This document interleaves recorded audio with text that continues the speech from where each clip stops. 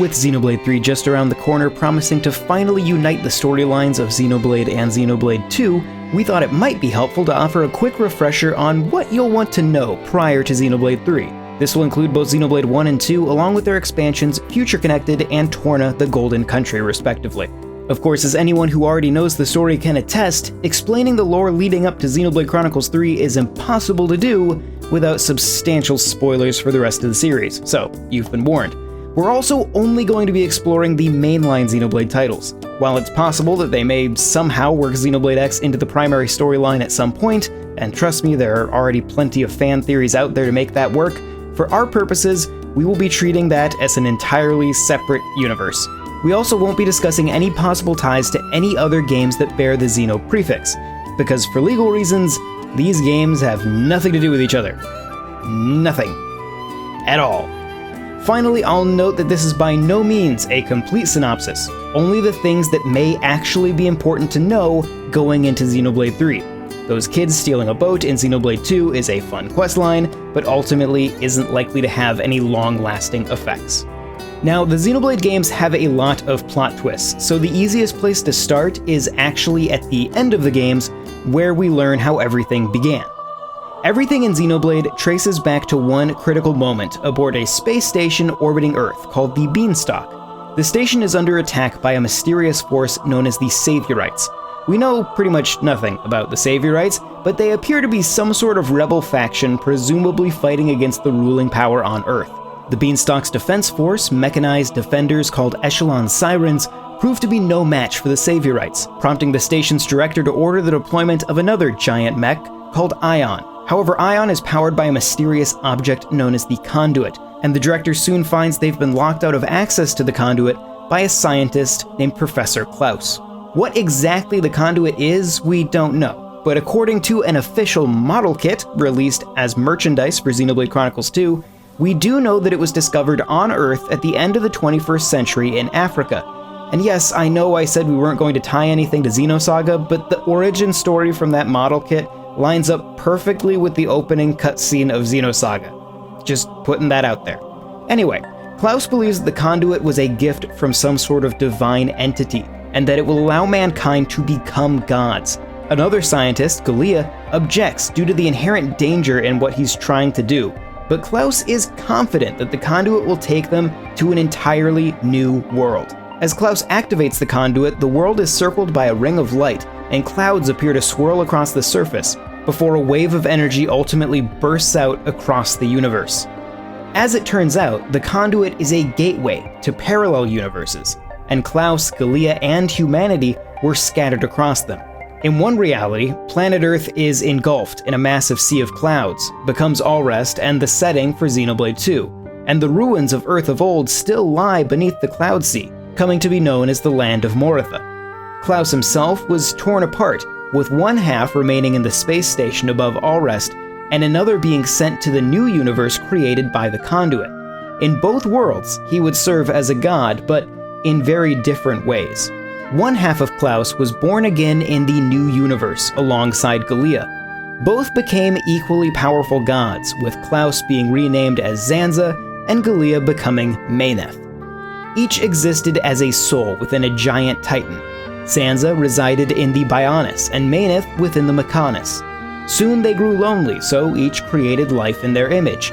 Biological life came to live on Bionis, and mechanical life to the Mechonis. The human life forms on Bionis would come to be known as Homs. As the life on Bionis developed, each successive generation built on the knowledge of their ancestors and came to rely less and less on Zanza as a god. Fearing that he would once again be left alone, Zanza plotted to reset life on Bionis, forcing them back into an earlier stage of development and making them more reliant on him. To do this, he created a perpetual cycle of destruction. This destruction would be brought about by a race called the High Entia, who had a human-like appearance but with wings on their head and an extended lifespan of multiple centuries. At an appointed time, the High Entia would transform into creatures called Telethia. These Telethia would push life on Bionis near the point of extinction, at which point they would inevitably turn to Zanza for salvation. He would then, of course, recreate life, and the cycle would begin anew. For a long time, the Bionis and Mechonis existed in harmony. Zanza's spirit, however, was not satisfied. Perhaps out of fear of another god equal to himself, or simply wishing for the ultimate power that would come from claiming Manus' power for himself, Zanza seeks out war with Mechonis. Zanza himself at this point no longer exists in a physical human form, but rather an energy inside the Monado of the Bionis. The Monado is a shape-shifting sword, and both Zanza and Maneth control one. Through the allure of the Monado's power, he lures in Arglus, a giant who dreamed of venturing beyond the Bionis and the Mechonis. With Arglus granting him physical form, he took direct control over the Bionis and attacked Mechonis. The two titans fought to a stalemate, at which point Zanza's physical form was wounded. In his weakened state, he was captured by the High Entia, still unaware of the role they would ultimately play in the cycle. Meanwhile, his other half, which we meet in Xenoblade 2 as the Architect, housed all of Klaus's guilt born from the world he had destroyed and the lives he had cost. This half of Klaus vowed to restore what he had brought to ruin. He created a particle which could break down and reform matter, and spread this over the ruins of the world. This became the Cloud Sea. He infused the life of his old world into core crystals, which would ultimately evolve into new forms of life, gradually growing out of the Cloud Sea and becoming giant titans. These titans then bore new life, which continued to evolve until a new form of humanity arose. However, Klaus grew concerned that from this new breed of man would come another with the same reckless ambitions as he had once had. He created Blades, another life form that could watch over humanity. Blades were beings that would bond with humans who would be called drivers. While Blades themselves were immortal, they would return to a core crystal after the death of their driver. When they were awakened by a new driver, they would retain no memories of their past lives. These Blades were then to be overseen by the three Aegises. He used what remained of the station's Trinity processor to create 3 superior core crystals from the processor's 3 cores. These cores formed a trinity: Ontos, Logos, and Pneuma. For some reason, Ontos triggered a space-time transition event and disappeared from this universe, but not from the story, so remember that one for later. Every Blade sent data back to Logos and Pneuma in regards to their relationship with their human companions. This data could then be fed back into the Blades to allow them to evolve into yet more advanced life forms, including additional titans, which could then bring forth more human life. Unlike Zanza, the cycle the Architect created was one of exponential growth. That is, until a man steals away Logos and Pneuma, and ultimately sets this world down a very different path. Amalthus was a man scarred by tragedy in his early life. He saw the absolute worst in humanity time and time again. In an attempt to find answers from his god, Amalthus climbed the World Tree in order to reach Elysium, where the Architect was thought to reside. When he got there, he found it empty, save for 2 core crystals, those of Logos and Pneuma. He awakened Logos as Malos. Like the other Aegises, Malos' purpose is to take in information from other Blades' drivers and use that information to help Blades evolve. However, with a driver of his own who is consumed by hatred for humanity, Malos took on those same ideals. As Malos grew more and more powerful, Amalthus eventually realized that he had no control over the Aegis. Fearing the same would happen to Pneuma were he to awaken it, he sought out another more suited to the task. The Pneuma core would eventually be given to Adam, second in line to the throne of the Kingdom of Torna. Upon awakening, the core took the form of Mithra. Together, Adam and Mithra fought to stop Malos in what would come to be known as the Aegis War. In their final confrontation, Malos forced Mithra to unleash her full power, but when she does, she not only defeats Malos, but inadvertently kills the Torna Titan.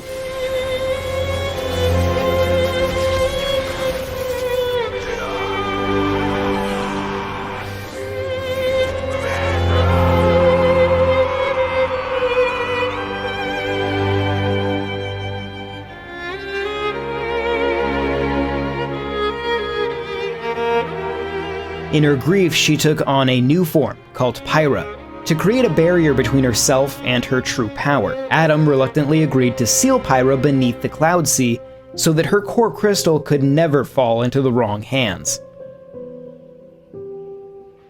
And with that, we arrive at the actual main content of the games. Yeah, all of that was flashbacks, though we did manage to quickly cover Torna the Golden Country, which was a short prequel game / DLC for Xenoblade Chronicles 2.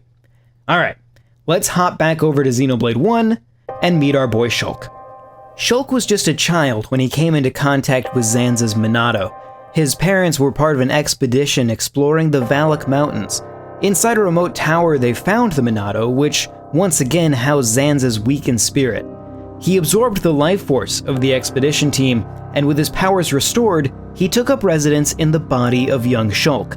However, unlike with Arglys, this time Zanza chose to remain dormant. Both Shulk and the Minato were returned to Colony 9 by a man named Dixon, where Shulk ultimately grows up. The Minato itself becomes the subject of study, as no one at Colony 9 is evidently strong enough to control the sword's will, or rather, Zanza's. That is, except for a man named Dunban, though even in his case, the sword takes a physical toll on his body.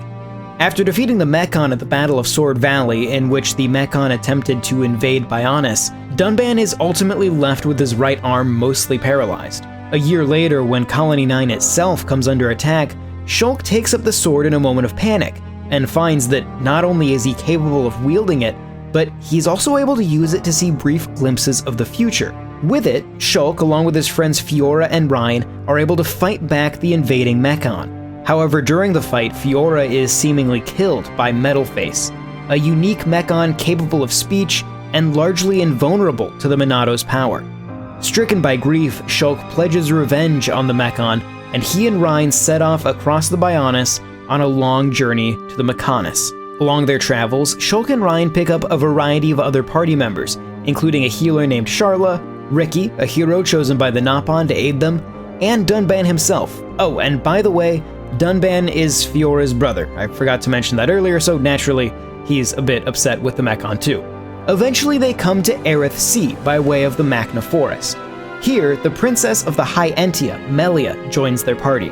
Melia herself is in fact half High Entia and half Homs. It's evidently a tradition for the Emperor of the High Entia to take both a High Entia and Homs consort. Despite having an older brother, Callian, who is the son of the first consort and a full-bred High Entia, Melia is named as the Emperor's successor.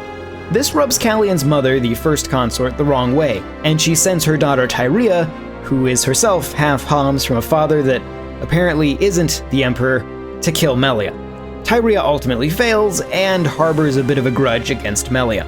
During this time, the party also meets Alvis. Remember that missing Aegis core from Xenoblade Chronicles 2, otherwise known as Ontos? Yeah, this is him. And apparently that space-time event sent him hurtling into this version of reality. Alvis serves as a seer for the High Entia royal family and is also evidently in contact with Zanza. However, the main thing you need to remember for now is that Alvis, like Zanza and Mainith, is originally from a reality outside this one. While in Alchemoth, the High Entia capital city, Shulk sees a vision of the future through the Minato, showing him the Emperor of the High Entia dying atop Prison Island, a floating island across the sea from Alchemoth. In an attempt to change the future, Shulk and the others rush to Prison Island, where for the first time, they come face to face with Zanza, who still controls the body of Arglys. Keep in mind that Shulk and his party have no idea who Zanza is at this point, and Zanza merely introduces himself as the creator of the Minato. He offers to unlock its full potential if Shulk frees him, and Shulk agrees. Suddenly, the Mechon attack, using a new weapon that feeds on ether energy, the life force of everything on Bionis. They kill Zanza, or rather his physical body, and we also find out that Fiora isn't dead, but has in fact been turned into a Mechon. In fact, all of the Mechon with faces are actually Homs, being controlled by Egil, who was once a friend of Arglys before he was possessed by Zanza. Also, Fiora is secretly housing the soul of Mainith. Remember her? She's the Mechonis version of Zanza, only she seems kinda cool. Oh, and in the commotion, the Emperor dies anyway, so good job, team. Alright, there was a lot of story dumped in and around Alchemoth, so time to speed things back up. The gang crosses Sword Valley, which is literally just walking across the Mechonis sword, which bridges the two titans. They get to the end, but Egil shows up, and he's mad. But also, Fiora's there and manages to override her brainwashing to save the party.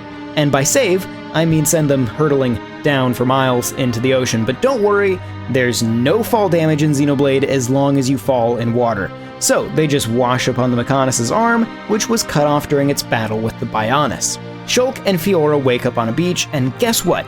Fiora's okay. She remembers Shulk, there's hugging, it's adorable. They meet back up with the team and work their way back toward Mechonis. Also, we meet some nice Mechon and learn that there are nice, intelligent people living on Mechonis too, and maybe we shouldn't just genocide them all, Shulk. They climb up the Mechonis and find Egil, who is going to take control of the Mechonis in Meyneth's place. Ultimately, Shulk is able to reason with him, and things seem to be going well, when all of a sudden Dixon shows up and shoots Shulk in the back. Remember Dixon? He was the one who found Shulk as a kid. Turns out he's actually been working for Zanza the whole time. After Shulk is shot, Zanza emerges. At this point, Meyneth uses Fiora's body to fight Zanza, and Meyneth ultimately leaves Fiora and sacrifices herself to save them. Her last words urge Shulk to create a world with no need for gods. Zanza steals Meyneth's Monado and returns to Bionis, bringing it back to life. Egil uses the Mechonis to fight back. Zanza also plunges Prison Island into the head of the Bionis, which causes a chain reaction that begins the High Entia transformation into Telethia, who start attacking all life on Bionis. Except, of course, for the High Entia, who are part Homs. Turns out that mixed breeding thing they'd been working on was for a purpose after all. With both Monados, Zanza believes he should be able to control the flow of fate, but is confused as to why he can't see beyond a certain point in the future. Turns out it's because Shulk is gonna kill him. Shulk somehow manages to form his own Monado. It honestly isn't super clear exactly how. It's vaguely implied that it's thanks to the power of friendship or something between the people of both Bionis and Mechonis, so we'll just kinda roll vaguely with that. With his own Monado, Shulk is now just as much a god as Zanza or Meyneth. Today, we use our power to fell a god, and then seize our destiny!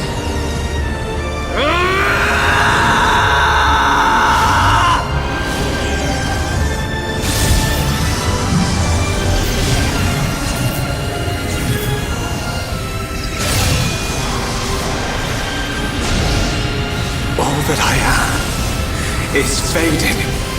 The memory of a god's existence, born from the chaos of creation. It is vanishing. After defeating Zanza, Alvis asks Shulk what kind of new world he would like to create. Shulk wishes for a world without any need of gods, and so it is. Shulk awakens in this new world amongst the remains of titans, no longer standing giants, but a large continent. The Monados are seemingly all gone. Now this is the part where if you want to go to the bathroom, you should, because we're gonna switch games. Alright, Xenoblade 2 time. Last time we left the Aegis, she had taken the form of Pyra to hide her true form and was entombed beneath the Cloud Sea. Meanwhile, it turns out Malos isn't dead, and he comes across Jin, who is the blade of a woman named Laura, and were both companions of Adam and Mithra in the war against Malos. After the Aegis War, Amalthus, the man who climbed the World Tree and stole the 2 Aegis cores, decided he needed to destroy Mithra as well. He attacks the Titan Specia, where Adam's militia was located, assuming that she would be there as well. However, she and Adam had already left. Instead, Laura was fatally wounded. Jin knew that, like all blades, when Laura died, he would return to his core crystal and await a new driver, losing all memory of her. In order to maintain his memory and break from his enslavement to the core crystal, Jin consumed Laura's heart, becoming what is known as a flesh eater, a creature that is simultaneously both blade and driver. As a result, Jin would technically lose his immortality, but would still possess a very long lifespan, and would preserve his memories of Laura. Amalthus was now the Praetor, a religious figure not unlike a pope, and Jin held him responsible for Laura's death. So Malos and Jin team up with unified goals of destroying humanity and killing the Architect himself, because they're both very angry. They call their new group Torna. Malos eventually locates the sunken ship in which Pyra is sealed. In order to bypass security measures left in place by Adam, Malos needs a Leftherian. Leftherians come from Fonset Village on the Leftherian archipelago, a village founded by Adam after the conclusion of the Aegis War. He finds such a person in Rex, a young salvager from Fonset. Malos, Jin, and another Torna member, Nia, along with her blade Dromark, hire Rex under the guise of needing his salvaging experience. Upon entering the ship, Rex finds Pyra, and before anyone can stop him, inadvertently bonds with her, becoming her driver. In an attempt to break the bond, Jin kills Rex. While in a dream state, Rex meets Pyra. She tells Rex that she wants to go back to Elysium and return to her father, the architect. Rex also wants to meet the architect as he believes it's the only way to save his world from the gradual decline in the number of titans on which the people can live. She asks Rex to take her there, and in exchange, she saves his life by splitting her core crystal in half, binding their lives together. As a side effect, they share each other's pain. If one is injured, so is the other. And if Rex dies, Pyra won't just return to a core crystal, she'll die as well. While all this is going on, Nia is very upset with Jin for killing Rex, and begins to question her loyalty to Torna. So when Rex shows back up, alive and with Pyra, Nia ultimately helps them escape from Malos, and they arrive on the continent of Gormon. Here they meet Tora, a Nopon engineer who has created his own artificial blade named Poppy. Tora and Poppy join Rex and Pyra to rescue Nia when she's captured by Morag and her blade Bridget. Morag is a commander in the Morardain military, who is one of several parties hunting for the Aegis. Every major government sees the Aegis as a threat to their survival, given the destruction she caused during the Aegis War. After rescuing Nia, the party acquires a ship and sets sail for the World Tree. They are stopped by Ophion, a serpent-like artifice that was once in service to Mithra during the Aegis War, but in the intervening 500 years has been tasked with guarding the World Tree. Ophion has carved out a massive void in the Cloud Sea, preventing anyone from reaching the tree directly. Fleeing from Ophion, the party is ultimately swallowed up by a titan called Uriah, who is a giant whale-like creature. Here they meet a man named Van Dam, who helps Rex learn more about a driver's relationship with a blade. They also encounter Zeke, who utters the single greatest line in the entire game. Handling a man's turtle. Zeke is accompanied by his blade Pandoria and the aforementioned Turters. They are secretly working for Amalthus, and like Rex, Zeke was saved by splitting Pandoria's core, making him a blade eater, essentially the reverse of what Jin is. They do eventually join the party, but for now, they're not important. While in the Urian capital city, the party watches a play about the Aegis War, and Rex learns a bit more about who Pyra actually is. They then encounter Torna once again. Malos is joined by Akos, who uses his blade to sever the ether link between drivers and blades. During the fighting, Van Dam is killed, and Pyra is forced to reverse to her original form Mithra. Back at full strength, Mithra is able to overpower Akos and defeat Torna once again. Now, it's going to feel like I'm skipping a bit here, and that's because I am. The next chunk of the story is all about Rex and the party trying to find a way past Ophion and to the World Tree. In the process, the party grows to include Zeke, Pandoria, Morag, and Bridget. There are a bunch of subplots about immigration and theocracy and the escalating war between Uriah and Morardain, and it's all super interesting. You should play the game. But none of that really matters to specifically what we're talking about. Rex eventually obtains the Omega Fetter, a device that is used to control Ophion. Problem solved? Nope. Torna steals the Omega Fetter and kidnaps Pyra, which also leaves Rex without his primary blade. Not to worry though, because as it turns out, Nia is actually a flesh eater just like Jin. Also, she confesses that she's totally into Rex, and he friend zones her like really hard. I love you, Rex. Nia, I love you too. Huh? I love you and all you guys. So, let's do this together. Once they catch up with Torna at the cliffs of Moritha, Pyra and Mithra are reawakened as their super duper true form, Numa. Once again, they defeat Torna but are ultimately thrown from the cliffs to the land below the Cloud Sea, which, as it turns out, is a very Earth-like ruined city. Here, the party starts to piece together the true history of Allrest. Meanwhile, Amalthus, as a general problem, tries to destroy the World Tree to get rid of Malos, tries to take control of Mithra to destroy everything, and also tries to destroy everything using the other Titans, and just generally tries to destroy everything until he's eventually defeated. The party makes their way up the World Tree, and boy howdy, does it look like a space station up toward the top. And that's because the World Tree is actually the very same orbital space station that Klaus created the new worlds from. Up top, they find Elysium in a dead, decayed state, and finally meet up with the architect. He gives them a whole long speech about how the world came to be, but also mentions that his half in the other world is getting his butt kicked by some kid named Shulk. So while unlike Zanza, the architect seems like a nice guy, he'll ultimately die along with his other half when Shulk succeeds, which we already know he will. Meanwhile, Malos has gone off to activate Ion, the big giant mech we mentioned way back at the beginning of this thing. It's really strong, and he plans to use it to destroy the world. The party manages to defeat Malos and stop Ion, but as Zanza dies in the other reality, the World Tree begins to collapse, threatening all of Allrest.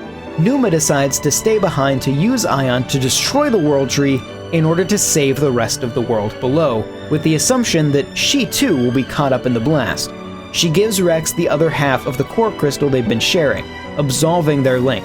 The party forces Rex to flee to safety as the World Tree is destroyed, but not before the Architect can issue one final command to the Titans. They begin converging, and the party is greeted with the sight of a brand new, giant continent formed by the many Titans. The core crystal Numa gave to Rex begins to glow, and wouldn't you know it, Pyra and Mithra are okay, and both exist simultaneously somehow, and are both maybe kinda into Rex. Yeah, this ending feels questionable, but whatever, everyone is happy, except for Nia, but hey, at least being a flesh eater means she gets a nice long lifespan and will presumably somehow become Queen of Agnes in Xenoblade Chronicles 3. But speaking of queens, we have one more that we need to deal with. Back in Shulk's reality, he's created a fancy new sword to replace his lost Minato and is looking for a way to break it in. He and Melia set off on a personal quest to reunite her with her people in Alchemoth, after the city is spotted floating just off the edge of what remains of the Bionis' shoulder. When they get there, they find that Alchemoth has fallen victim to some sort of strange dimensional rift. From this rift has come a creature the survivors refer to as the Fog King. Shulk and Melia ultimately defeat the Fog King, reclaiming Alchemoth, and Melia is formally crowned as the Empress of the High Entia. And with that, we come to the end of Xenoblade 1 and 2, along with their expansions. But many questions from what we already know about Xenoblade 3 are still unanswered. How have these two separate universes come back together? And if the queens of Kevis and Agnes really are Melia and Nia, what could have possibly set them at odds? Did Shulk truly get his world with no need of gods? And which eligible bachelorette did Rex wind up with? Most importantly, how's Turters doing? Thank you very much for watching, and if you enjoyed this video, consider subscribing to Nintendo World Report TV and checking out NintendoWorldReport.com for a whole lot more. If you'd like to chat with us about this or anything else Nintendo related, you can find a link to our Discord in the description. Once again, thank you for watching. My name's John Rairdon, and I will see you next time. This video is made possible by our generous supporters on Patreon. Did you know that Nintendo World Report is funded directly by fans like you? When you support Nintendo World Report on Patreon, you get immediate access to multiple exclusive podcasts every month, exclusive Discord channels, an early look at select content, and more, all for as little as $1 a month. Check out patreon.com/NWR for all the details.